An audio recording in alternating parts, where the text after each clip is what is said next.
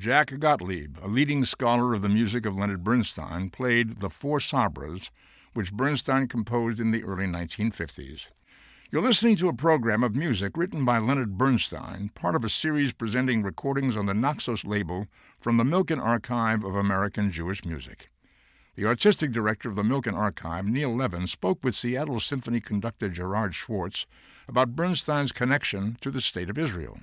Bernstein had a very strong relationship to the State of Israel. Prior to its independence, he cared deeply about it. He premiered a number of works there. He conducted the Israel Philharmonic regularly. What about that relationship? Bernstein, regardless of what his other interests and affiliations were, was very, very concerned with the permanence of the Jewish state, as you say, before and afterwards. And he represented something that we never really had before. And that was a conductor who was born a Jew, who remained a Jew openly and proudly. And admitted that he was not Jewish. only admitted, but wrote works and claimed. Now, this is a fact of life. We all know that many of the great conductors who came from Europe to the United States were Jews and either converted in Europe or here to Christianity. In some cases, didn't convert, but never made it known or discussed their Jewish heritage. And that includes many of the biggest names. Somebody like Serge Koussevitzky, whose distant relative was one of the most famous cantors, and deservedly so, of all time.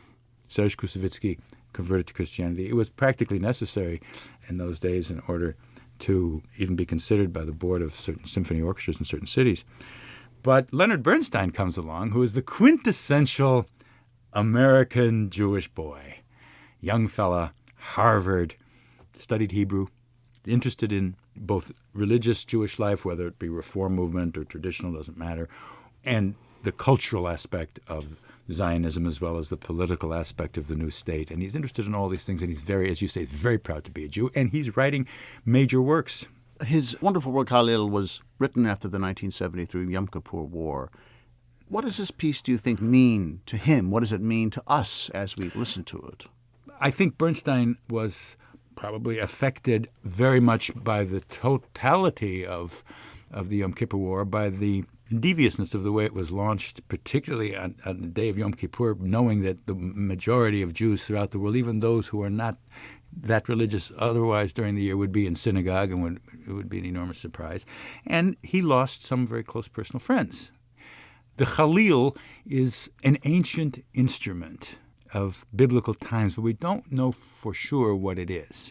A Chalil, we know from scholarship, is a wind instrument most like a contemporary recorder or flute, and it's very much associated with the imagined Near Eastern sound of the new settlement in Palestine. There was a kind of romantic attachment to the sound of the Chalil. Neil Levin of the Jewish Theological Seminary of America, the artistic director of the Milken Archive.